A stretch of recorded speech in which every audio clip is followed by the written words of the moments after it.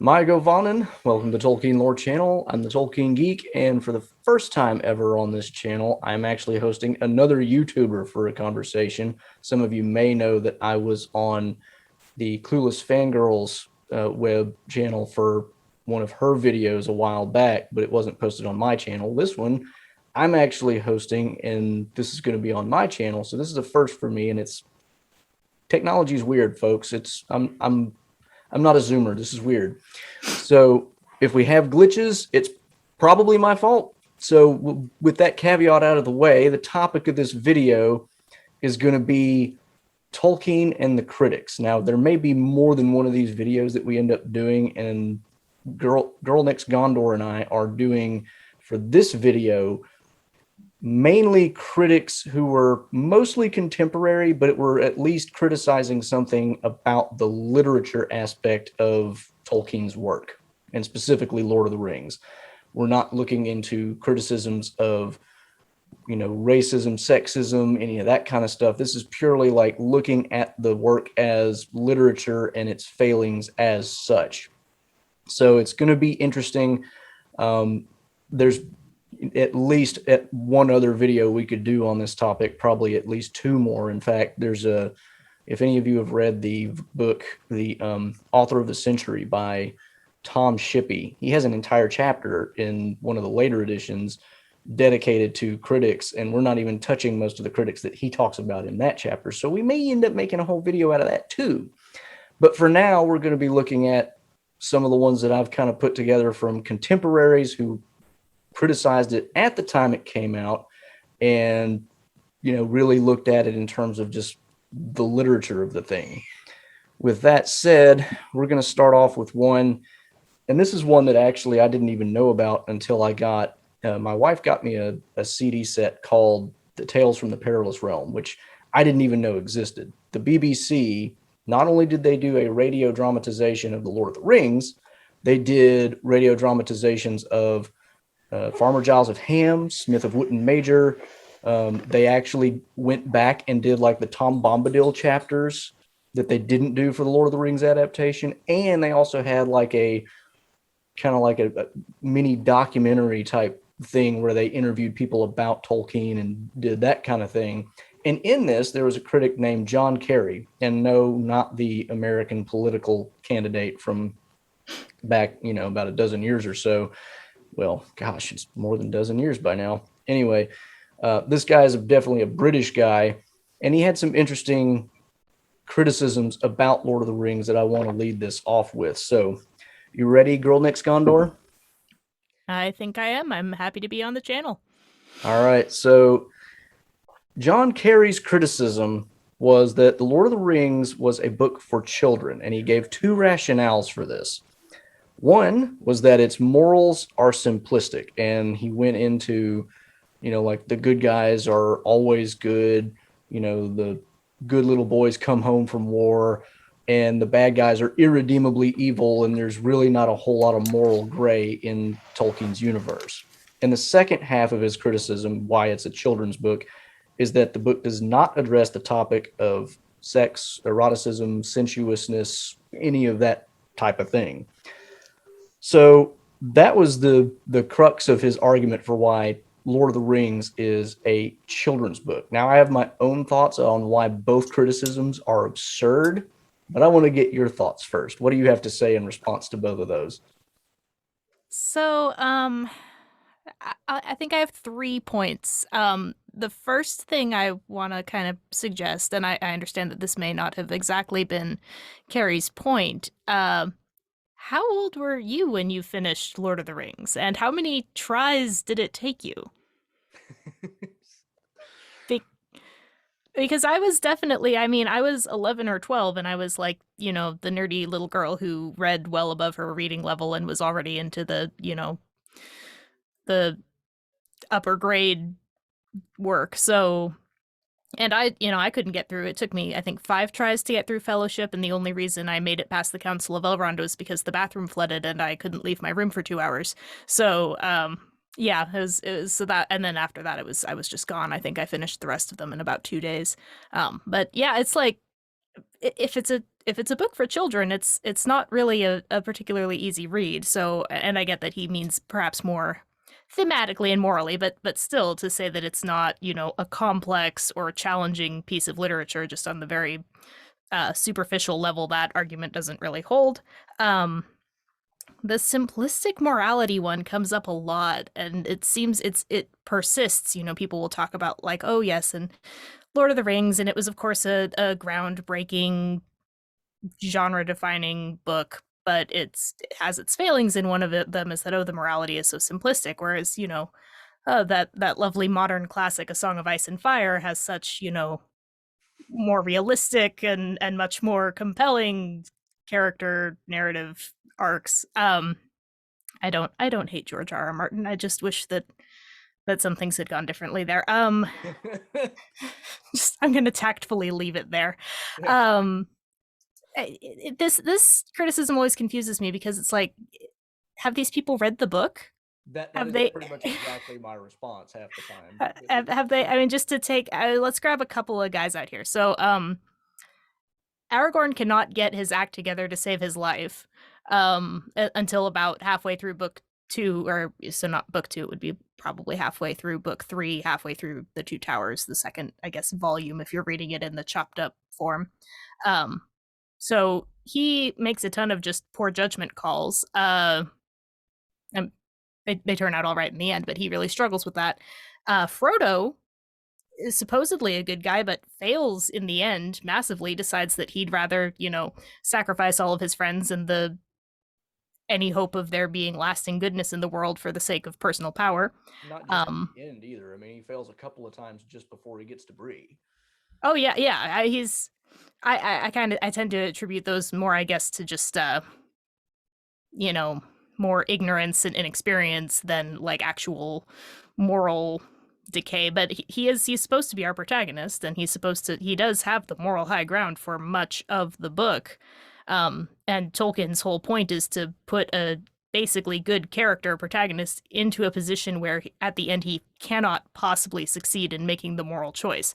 Right. So to me that seems pretty complicated and not at all a clear-cut story of good protagonist defeats evil bad guy.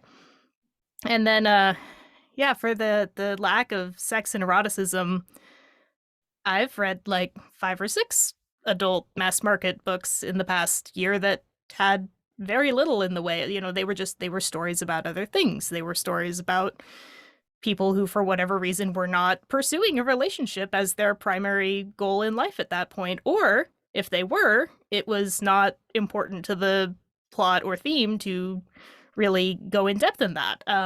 So the fact that, there's no explicit sex in the books, should that disqualify it for do all adult books have to have explicit eroticism? This is a new phenomenon for me.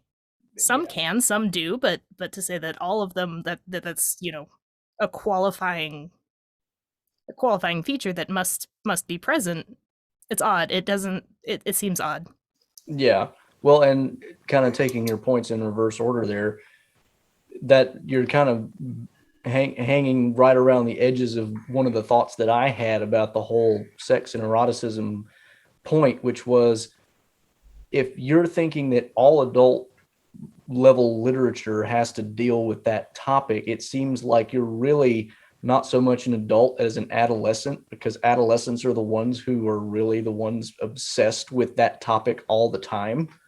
Like when you're having raging hormones as a teenager, that's when you're thinking about it all the time, not necessarily when you're an adult. So it just seemed kind of odd to me that would be, a criticism of something as a non-adult thing. And then another point along those lines too, you mentioned that you've read several adult, literature or whatever. But, think of even some of the great literature that nobody would dispute would be, definitely not children's literature. Like, I haven't read any Dostoevsky, but I know enough about several of his stories that they're clearly not children's literature, but they're also not really about eroticism or sex.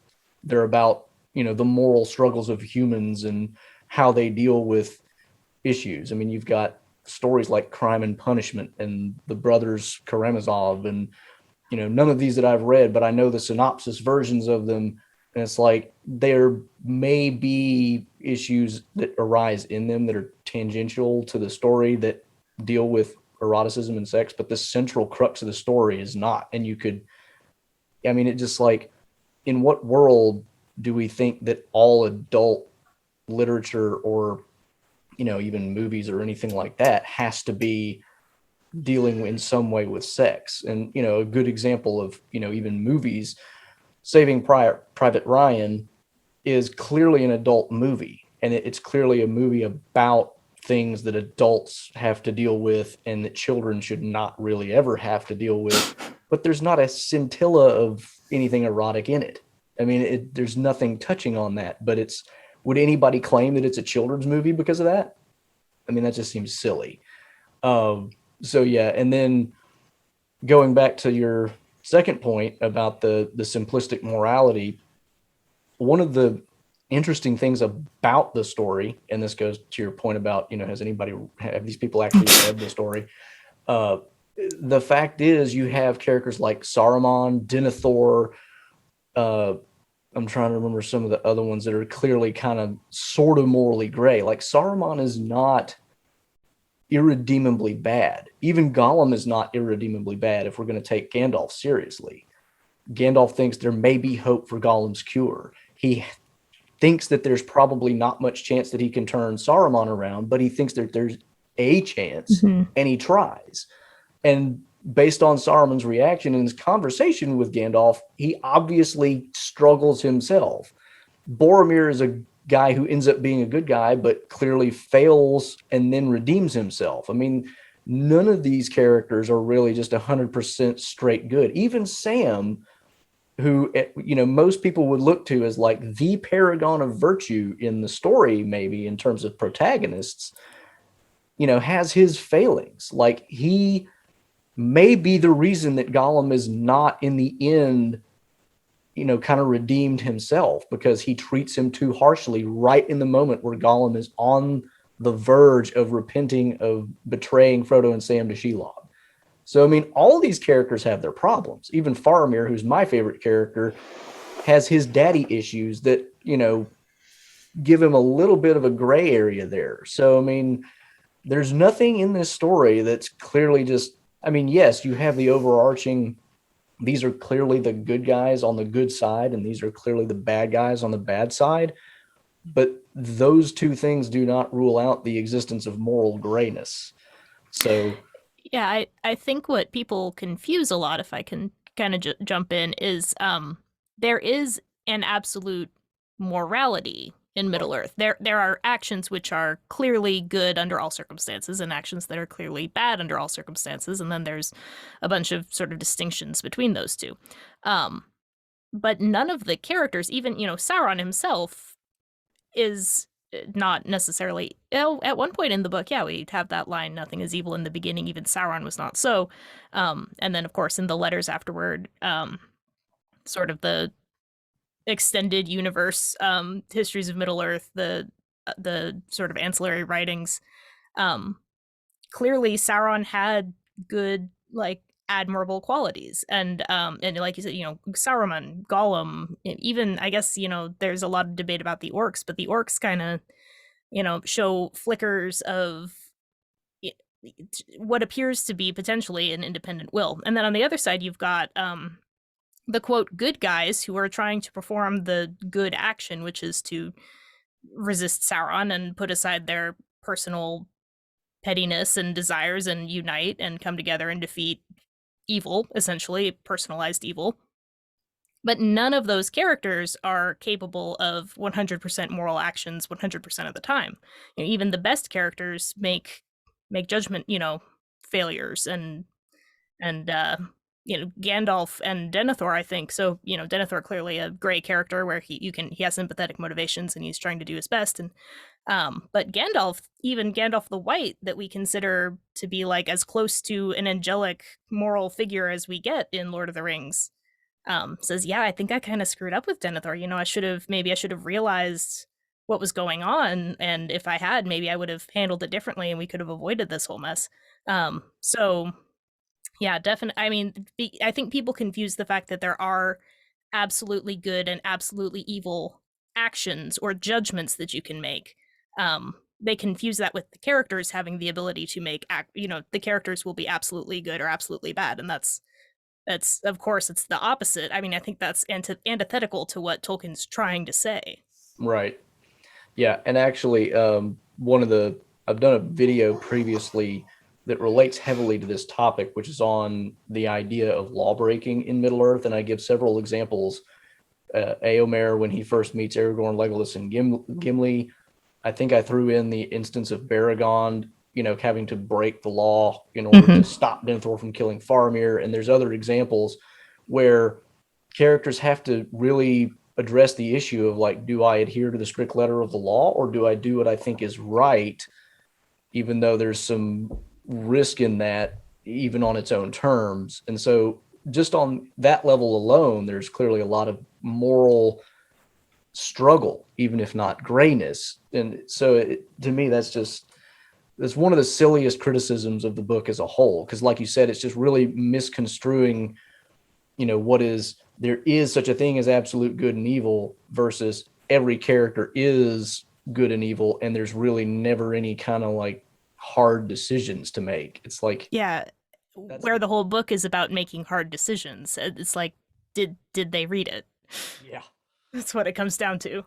Yeah. Well, and I think that's going to be a theme for like most of these criticisms. So speaking of which, moving on to the next one, there's a Valentine Cunningham criticized is, I'm not sure exactly if this is a criticism or if it was just an observation, but he's another one that came up in the Tales of the Perilous Realm interviews.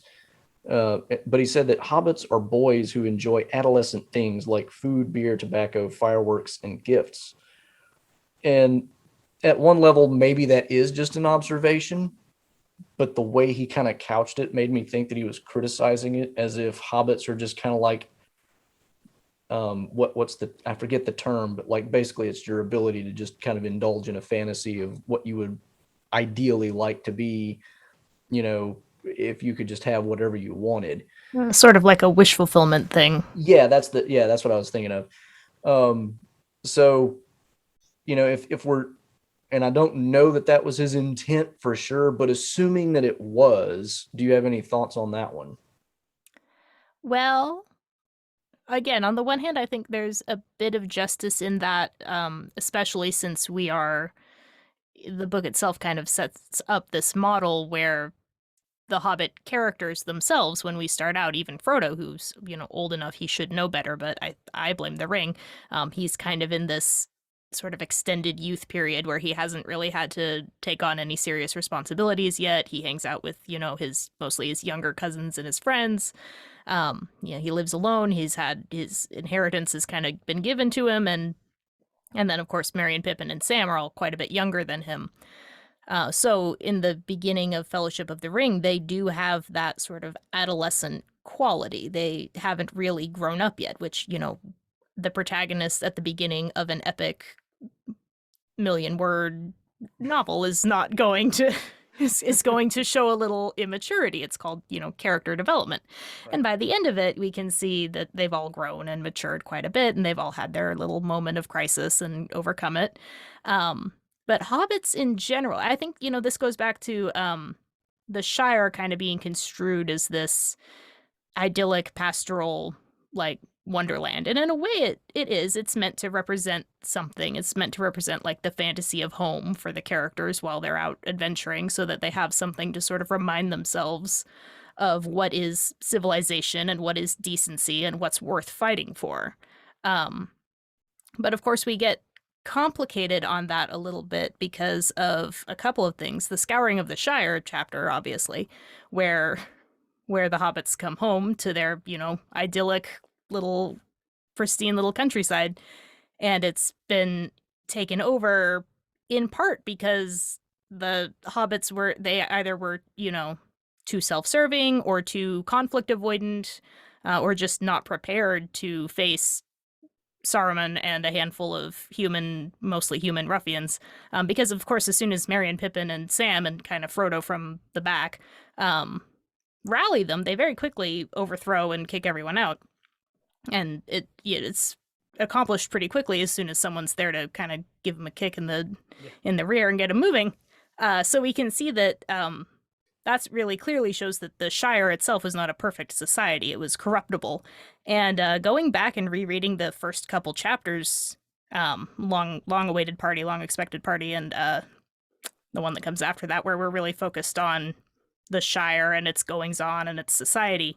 Knowing that I believe Tolkien kind of had a thing for Jane Austen. If I'm remembering correctly, he appreciated some of Austen's work. It reminds me a lot of an Austen novel, where on the surface it's all very sparkling and funny and haha and comedy of manners, but there's real like some of those hobbits get mean. The way Mary is treated in particular is just kind of appalling.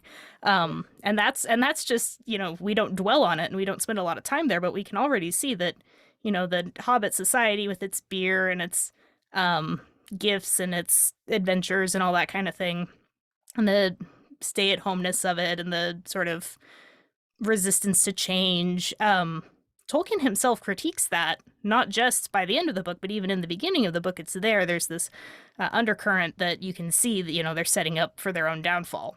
At least on a second reread, it seems it kind of pops out at you a little bit more when you know how it ends. Yeah, well, I mean, and there's definitely not so subtle hints even in the very beginnings, because Frodo even tells Gandalf, like, I think an invasion of dragons would do them good, not knowing, of course, that he wouldn't get an invasion of dragons exactly, but he would get, more or less the equivalent in the form of Saruman taking over the Shire and ruining it. And, one of the things that I think is also important to note here on this particular criticism is that the focus on, food and drink and tobacco and all these things that the hobbits love so much, is it kind of harks back to what Thorin tells Bilbo at the very end of The Hobbit, right on his deathbed, where he says, if more of us valued food and cheer and song over hoarded gold, it would be a merrier world. And so Tolkien is telling us there that if we would all just be content with the simple pleasures of life, things would probably be a lot better. But greed tends to get in the way. But what he also tells us in The Lord of the Rings, and this comes from, I think it's the mouth of Halbarad, the ranger, when he tells Aragorn, or maybe he's talking to one of the other characters, and he's talking about the fact that they've been defending the Shire. They're strange folk and they don't know what we're doing for them, but I wouldn't have it any other way. And this is a callback to when Aragorn, I think at the Council of Elrond, basically says, they all are completely unaware of their danger, but if, simple folk are protected from the outside world, simple they will be. Or he may have actually been referring to Bree in that instance. I can't remember. But so if you start putting all these dots together, you can see Tolkien at one level extols the virtues of the hobbits in that they value those things, but he also kind of recognizes that those things, if you overindulge in them and you don't think of anything beyond them, you do leave yourself open to pretty serious problems like the scouring of the Shire. If everybody, for instance, in the Shire had been more like, Farmer Cotton and the Tooks and the Brandybucks, who were more resistant to the incursion, there probably never would have been a takeover of the Shire in the first place. But most of the Shire were, as Frodo tells Gandalf, kind of stupid and just, not very interested in anything very serious. And so Tolkien definitely gives his own criticism of the same exact thing. So to the extent that it's a criticism from a literary perspective, it misses the fact that Tolkien himself is criticizing the behavior within his own story, I think. Yeah, almost nothing that Tolkien presents, even the elves, are within the stories themselves. They're all subject to a certain amount of critique, or pointing out how there are flaws inherent in everything. You say, okay, well, the Shire is too simple and too rustic, and what we really need is to be more like the Noldor, and we're always pursuing knowledge and we're really trying to engage with the world. Well, that has its risks as well. Potentially, yeah. Potentially worse than, yeah, I don't know. Would you rather, like, be in the Shire during Saruman's takeover, or live in Eregion during the middle of the Second Age. I don't know. It's a toss-up. Just kidding. It's not a toss-up. It's not a toss-up at all. In hindsight, it's not a toss-up. No. That's true. I mean, you would get probably higher life quality of life in Eregion for a few years there, and then that would rapidly deteriorate. So yeah, so basically, there's one thing that Tolkien is pretty consistent about is nothing taken to an extreme or taken to excess is good. There is good in almost everything, but there is also the potential for it to be either a weakness or a flaw or a crime, a breaking of some sort of moral law. Yeah. So let's see. Next, we have a Peter Green, and this is most of the ones from here on out I took from the letters of J.R.R. Tolkien, where he specifically, like, it gives notes before a lot of the letters where Tolkien kind of responds to some of them, and the notes tell what the criticisms were, or some of them I just found online. But Peter Green said, I presume it is meant to be taken seriously, and I'm apprehensive that I can find no really adequate reasons for doing so. And yet this shapeless work has an undeniable fascination, especially to a reviewer with a cold in his head. Now, on the one level, this criticism is void of concrete content because he calls it a shapeless work, but it's really kind of his criticism that's kind of shapeless because there's nothing really to latch on there. But do you have any particular thoughts on the idea that there's no real reason to take the book seriously and that the story is shapeless? Well, I think, and this is kind of something that I have to face myself late at night, hunched over the blue glow of the computer screen, scrolling through my YouTube comments once more. And I think to myself, they're made up elves. Why do we all care so much? Why are we arguing over, well, Elrond would never do that. How do you know what Elrond would do? Elrond isn't real, guys, at least not on primary reality. Right. And one of the hallmarks, of course, of Middle Earth generally, Lord of the Rings, and then obviously the Silmarillion, Unfinished Tales, and going forward into many, many volumes of just additional material and little factoids about the Elvish word for light being related to the Elvish word for liquid, and the sound changes, of course, the infamous sound changes. Why spend so much time fleshing out the details and the histories and the languages and the culture, and I'm getting into like Elvish sign language and how it would have differed from Dwarvish sign language and some of the later stuff. It's like, why? Especially, well, we know why he focused on language. well, we know why. Well, and yeah, and the easy answer is, well, because it was fun for him. It was a diversion. It was something he had a passion for, and this was sort of how he expressed it artistically. And a lot of people obviously resonate with it very strongly, which is, I guess, the simplest response to this criticism is there's clearly something there to latch onto. Yeah, even the reviewer himself says that, okay, I was kind of bored.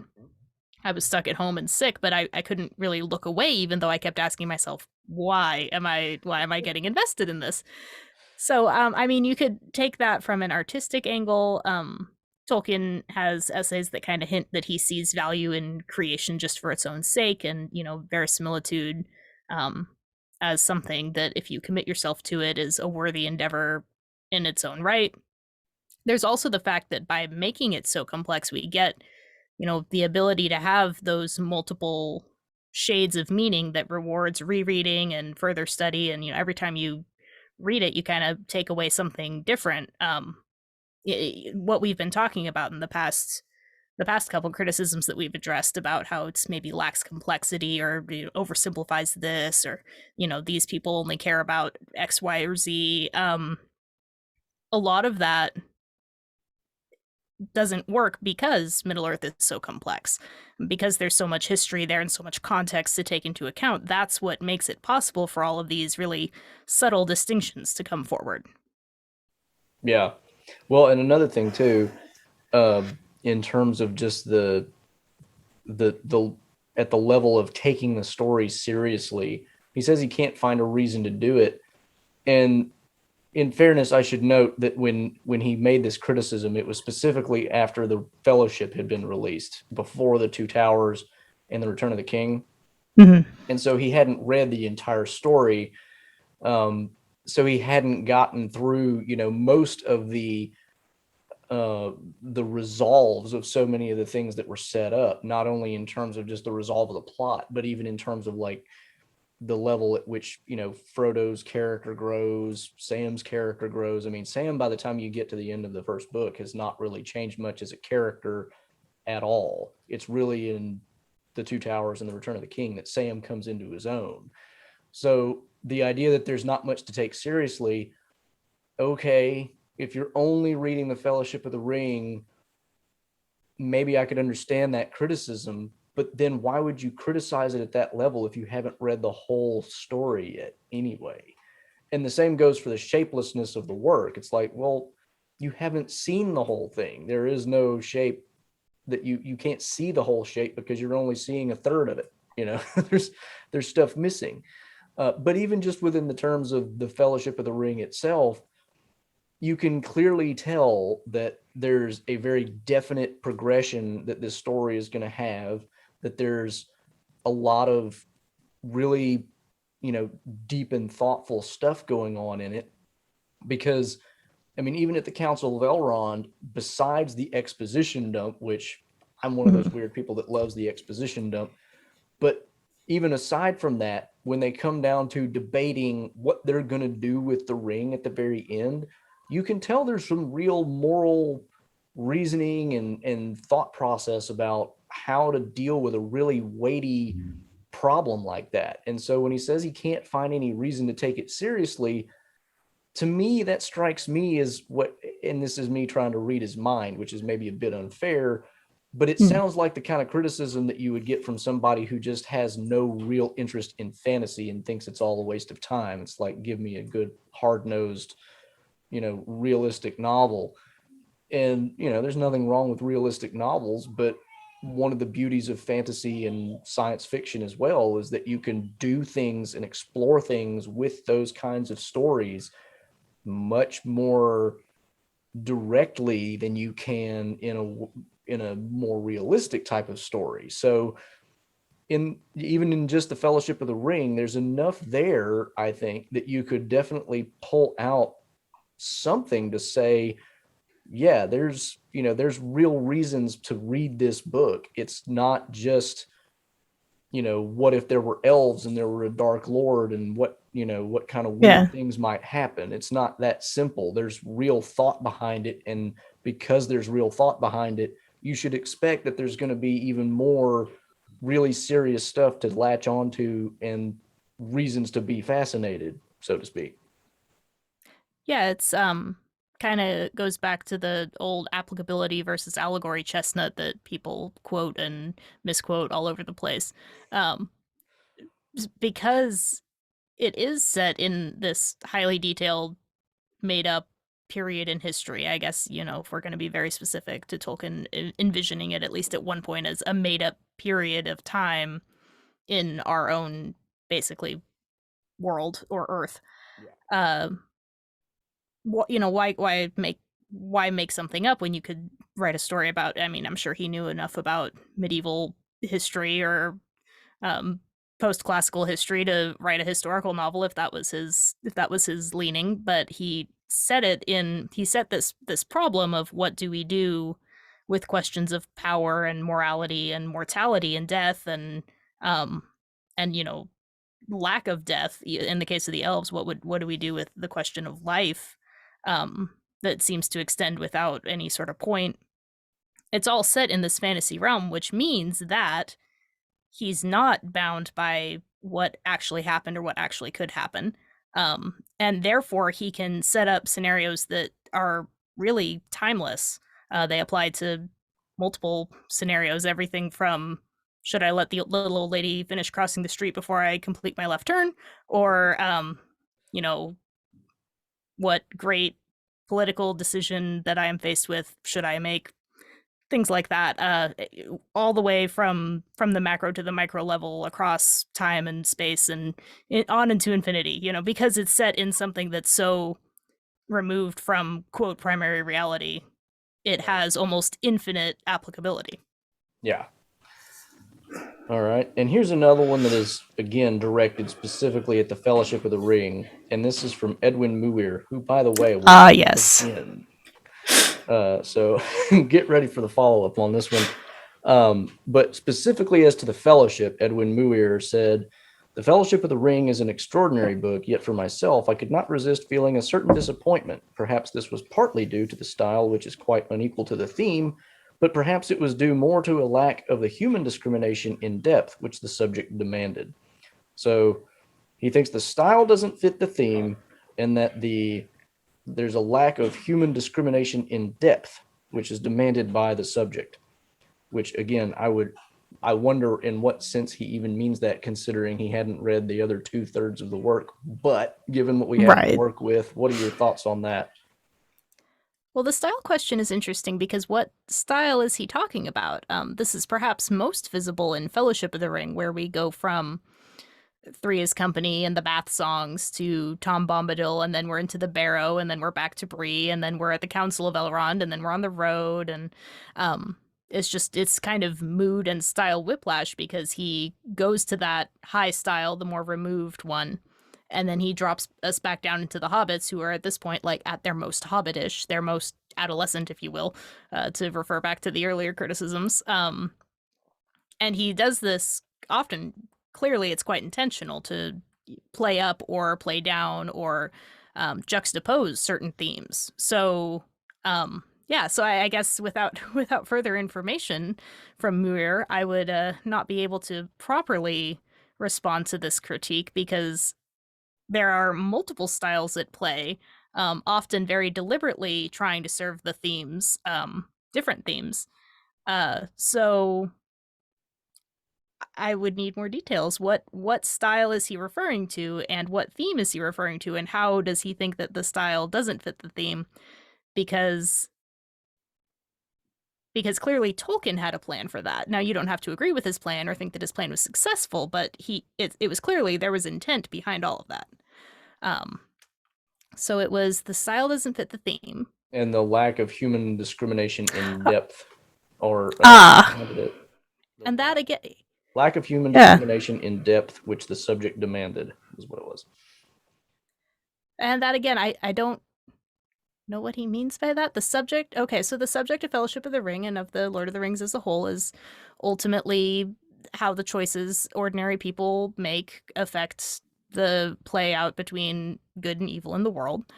So that's a very high subject and requires, I guess, a discrimination. Does he think that he goes too deep or not deep enough? I'm trying to understand. Right. Well, and this goes back to what we said earlier, like, have these people read the book? Yeah.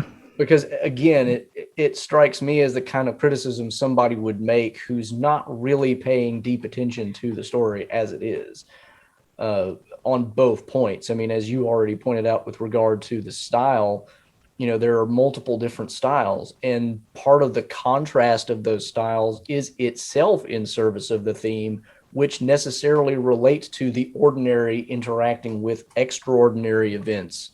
That's part of the theme of the book, is the idea that you have small people who have to deal with big problems sometimes, and that is represented very well, I think, in the contrast of the style of Three is Company versus the style of the Council of Elrond, and the trip down the Anduin River and everything else. I mean, you've got all of that going on, but then the human.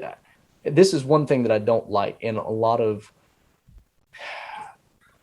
It's not just academia, but it seems to pop up a lot more in academia, which is throwing words out there that sound good, but that ultimately don't mean a whole lot by themselves. So I'm kind of like you. It's like, what exactly does he mean by the lack of human discrimination in depth, which the subject demands? Without more, it really is hard to tell what exactly he means. Because clearly, Tolkien does have a discrimination of depth, because he, at one level, is really good at describing really big things at a 30,000 foot view, and he's also really good at getting down right to the single pixel level with, four hobbits singing bath songs to each other. I mean, it's like, Yeah. in what sense is depth lacking? I don't understand the criticism. Yeah. It's yeah, it's like you said, it sounds like the kind of thing that a professional book reviewer would say when he felt like he didn't really like a book, but he couldn't figure out why. And so he was like, oh, it's not, something not good, too deep, not deep enough, lacks discrimination, could be more lucent and tightly plotted. Like things that if you're reading this review and you haven't read the book or you've just read the book kind of in passing, you'd think, oh yes, well what an incisive comment. But then when you actually try and understand it, it doesn't It falls apart. signify. Yeah. It doesn't even fall apart. There's just it evaporates. There's But nothing yeah. there. And presumably he would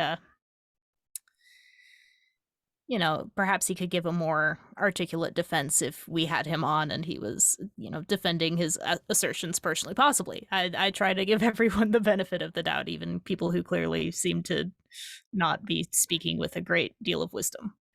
Yeah.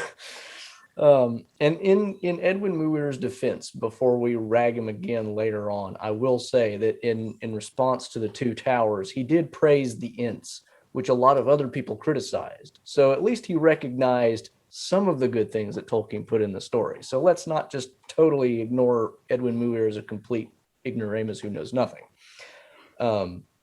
Moving on, this is one of the best ones. Maurice Richardson, and I think this was in response to the full work, not just the fellowship, although I sadly forgot to note specifically on here. He said, adults of all ages unite against the infantilism invasion. Auden, meaning W.H. Auden, the American poet and friend of Tolkien, who very, very strongly endorsed the book. Auden has always been captivated by the pubescent world of the saga and the classroom. This is, again, not a very concrete criticism, but he's clearly echoing what John Carey said about the childishness of the book, and he's also accusing it kind of vicariously through criticizing Auden of being, again, pubescent. He calls it the pubescent world of the saga and the classroom. Now, just on its own terms, let's think about what the pubescent world of the saga is. Do you have any thoughts on that one? It's again, I'm trying to come from a place of charity, um, in all things. Increasingly difficult. Yes. So I don't see that a saga is necessarily pubescent, although I do suppose that when a young man or even a young woman hits a certain age, they become interested in sort of complex stories that typically revolve around some sort of coming of age, which you can easily find examples of that in, I guess, I mean, saga, I think, is a technically would refer to a very specific kind of story, but we've taken it now in a more broad meaning to signify things that are just sort of long and full of action and maybe not so full of people sitting in rooms talking and more to do with fighting monsters and becoming heroic than, moving on after your, yeah. Huh? Something more like Beowulf. Yeah, a lot like Beowulf, yes. Or I'm thinking, not technically sagas, more epics, but again, the terms are mostly used interchangeably, the Odyssey, the Aeneid, the Iliad, things like that. And there is, especially in Britain, where classical education was still very much strongly a thing. You turn 11 or you turn 14, and all of a sudden, for a certain subset of kids and young adults, you kind of get caught up in this. And I think that's because it's a way to communicate truths about the human adult experience that, at you reach the end of childhood and you become very interested in those problems because you are going to have to start facing those problems yourself for the first time. So I guess pubescent world of the saga would just mean like interesting story with something useful to say. that might appeal to people. Yeah, well, what's funny to me is to call, assuming for sake of argument that he's referring to sagas in the technical sense of things like the Odyssey, the Aeneid, Beowulf, stories of that nature. If that's what he's referring to, it's really funny that he uses the word pubescent in connection with that, because when those stories were made, those stories were intended for adult audiences.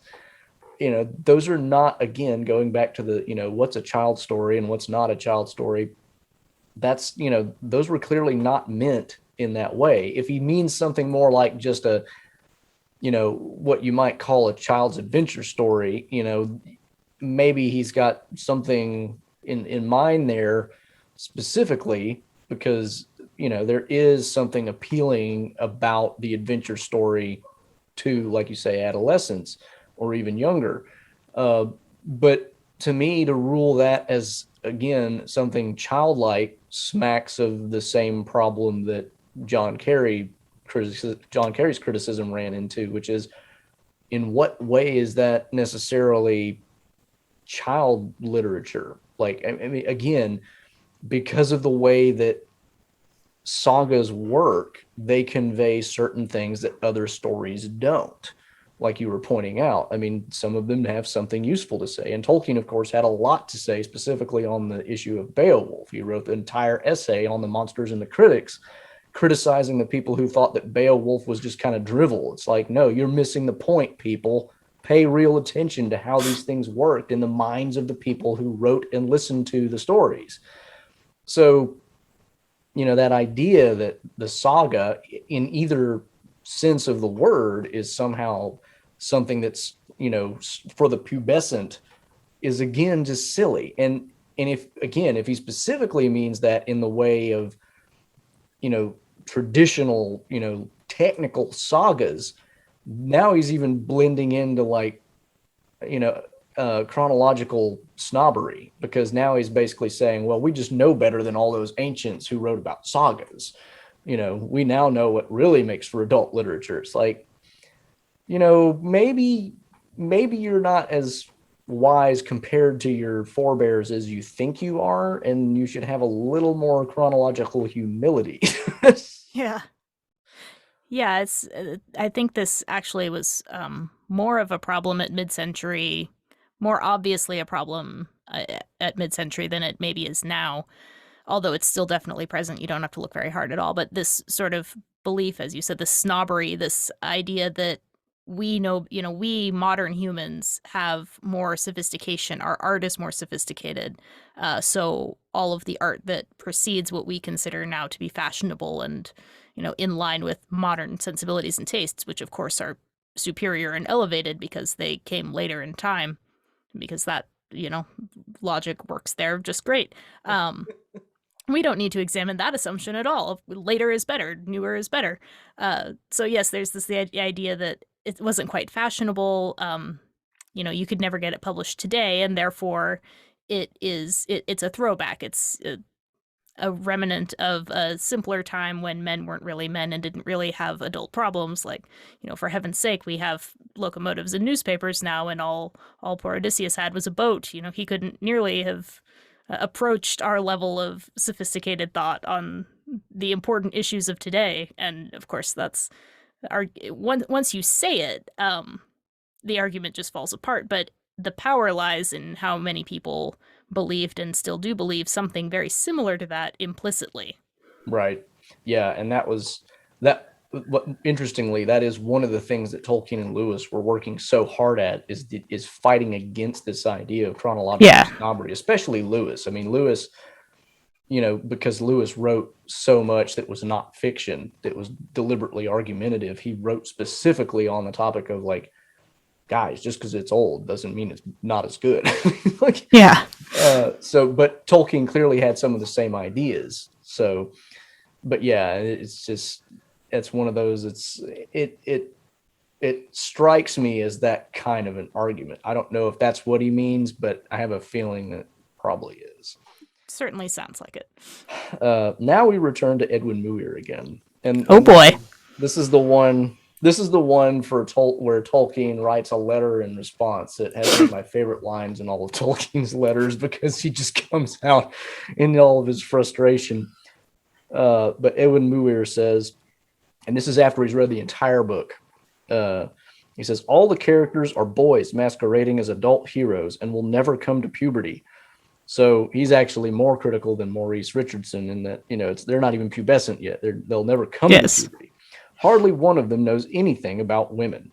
Now, before I ask your comments, Tolkien in his letter, because everybody's going to want to know what the line was now that I've said it, he says, blast Edwin Muir in his delayed adolescence. He is old enough to know better. It might do him good to hear what women think of his knowing about women, especially as a test of being mentally adult.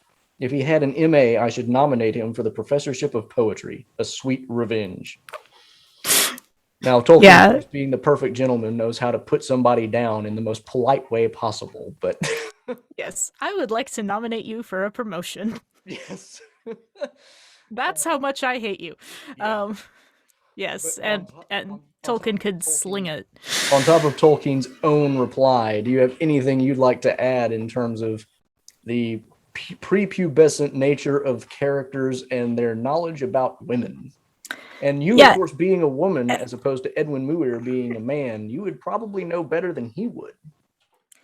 Yeah, it's a little bit of an interesting. I mean, Tolkien's response touches on this a little bit. I mean, does Edwin Muir think that he knows about women? What? A lot of men, on the internet claim to know a lot about women, and the more they claim to know about women, the less they seem to have like actually spent time with living women. The kind that like breathe and talk and have ideas.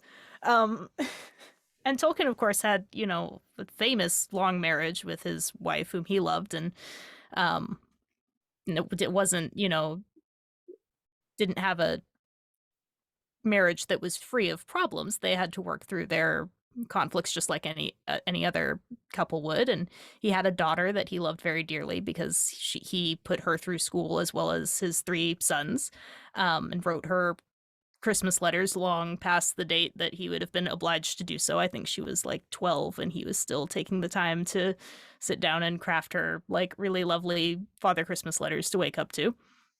And he worked very closely with several women in academia. Um, this is how The Hobbit got published. Is one of his colleagues, I believe, had read it and had forwarded on to someone else who was in publishing. So I've kind of talked myself into a bit of a circle here, but Tolkien actually spent time with several women, engaging with them intellectually and domestically.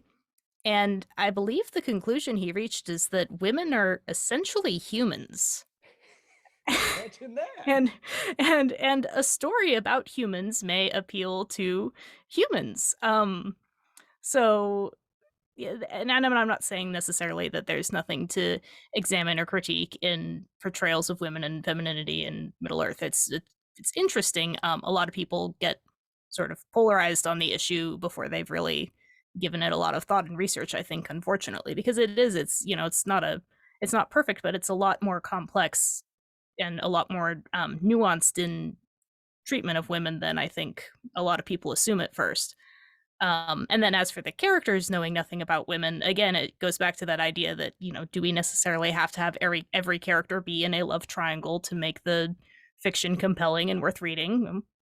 Most people would say no at this point.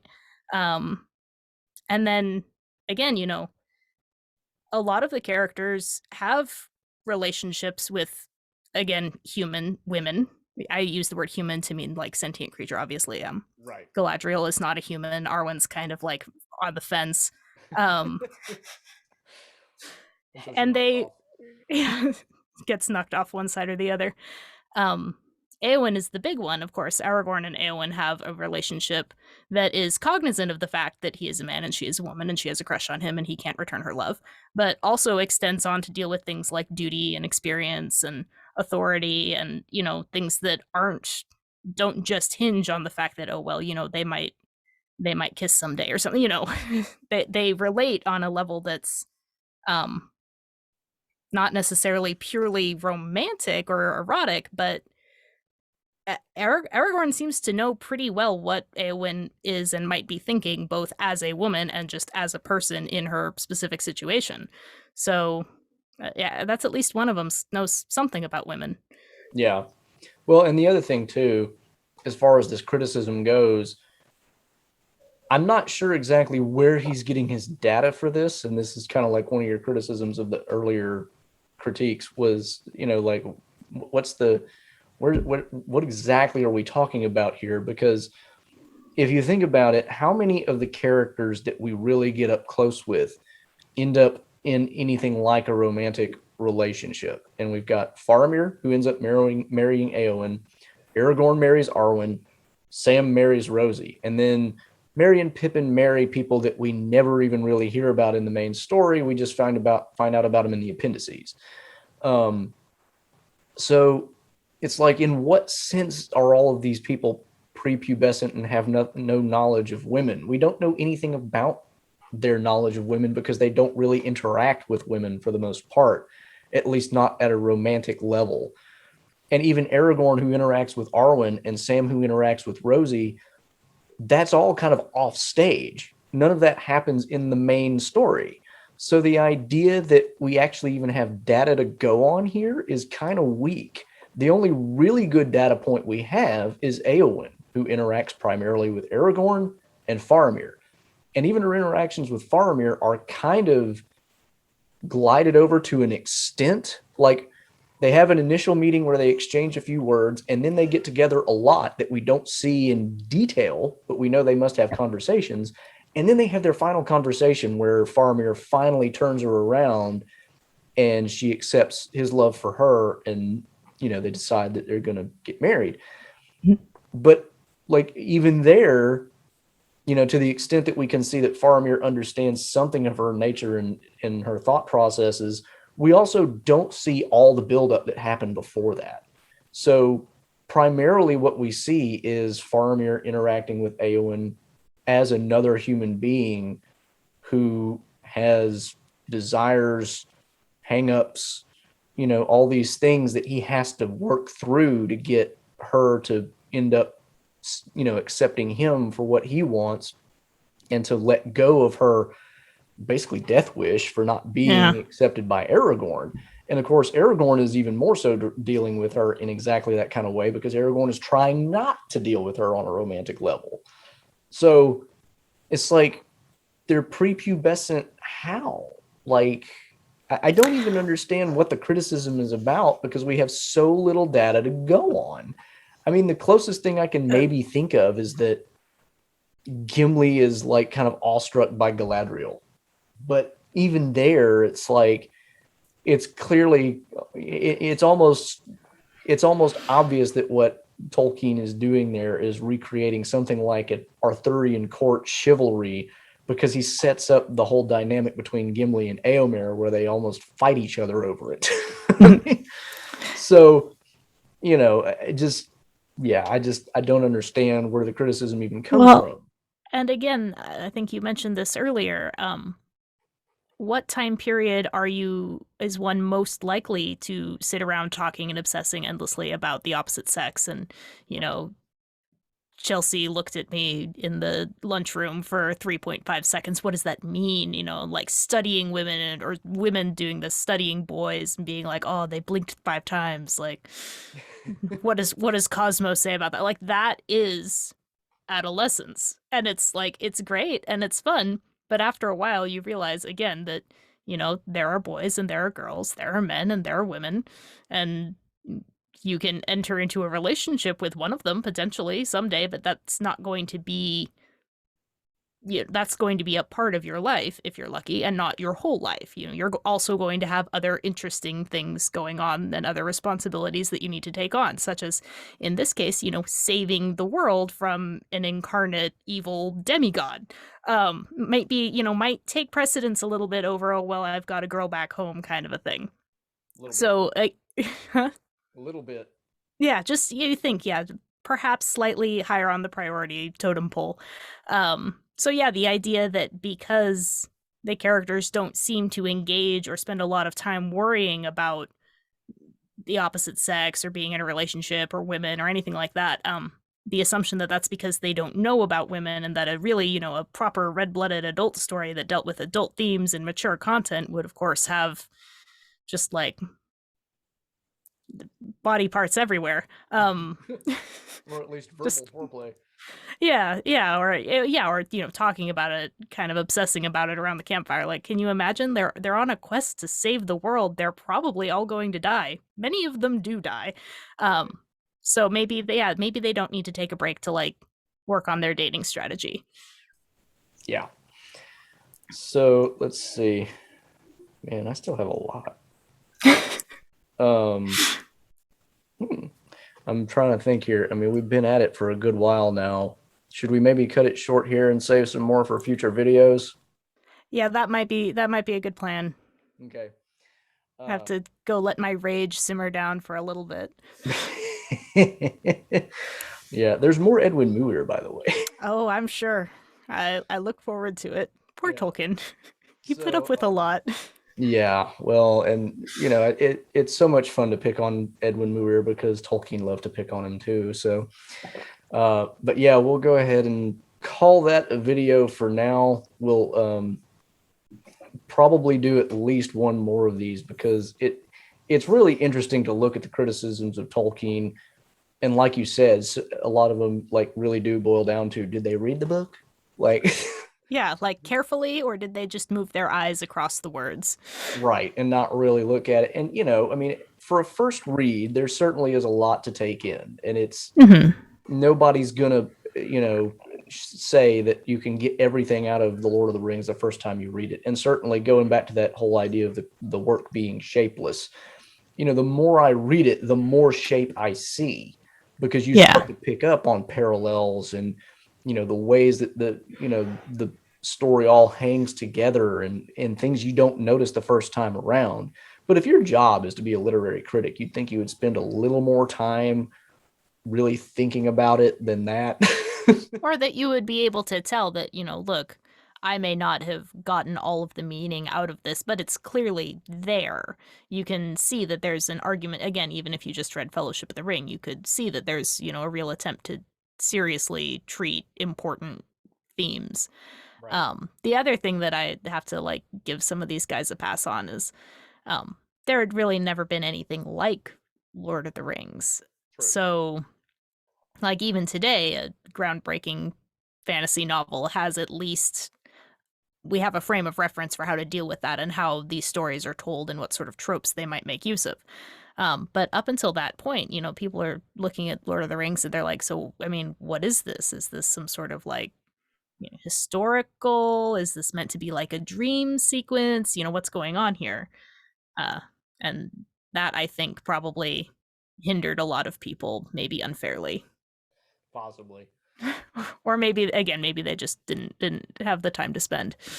Yeah, well, and I suspect partially because there had been so little in the way of fantasy for so long, like you'd have to go back to, Shakespeare and, Edmund Spencer and stuff like that to get anything like, fantasy in the way that we think of it today. Because since that time, so much of it had been just, either historical or, kind of like Jane Austen, realistic, if not historical, or that kind of stuff. I mean, you do have things along the way like Frankenstein and, things that are definitely outside of, normal real life, but still not really fantasy in that way. So the fact that this comes along and then looks like so many things that, and to go back to the whole issue of it being a child story, so many of the things that they would have been familiar with would have been nursery rhymes and nursery tales involving goblins and elves and fairies. And, so they're probably naturally going to latch onto the window dressing and mistake it for the real frame of the house. Yeah. So there's probably some of that going on too. But at any rate, we're going to call it here. And like I said, probably we'll eventually do one or two more of these because this is kind of fun. But definitely check out Girl Next Gondor's channel. She's got some really great stuff. I especially liked her series on magic in Middle Earth. If you're really interested in going deep into that topic, definitely check that out. She's also got 2 videos on underappreciated women in Tolkien's works. And I know Tolkien's works pretty well, but she even caught me by surprise on a couple of them. So, I mean, like I knew all the characters, but like I hadn't thought of them as deeply as you had, obviously. So there's definitely a lot of great content on Girl Next Gondor's channel. Definitely check it out. Get her above 1,000 subs. People, do it. Woohoo! And we will see you the next time we do this, and I'll see you the next time on my channel for a regular video. Until the next time, I'm the Tolkien Geek signing out for the Tolkien Lore channel, and this has been Girl Next Gondor, my first ever guest, and hopefully won't be the last time. Yeah, I look forward to coming back and destroying more critics with you. It's been an honor and a pleasure. All right, namaste, everybody.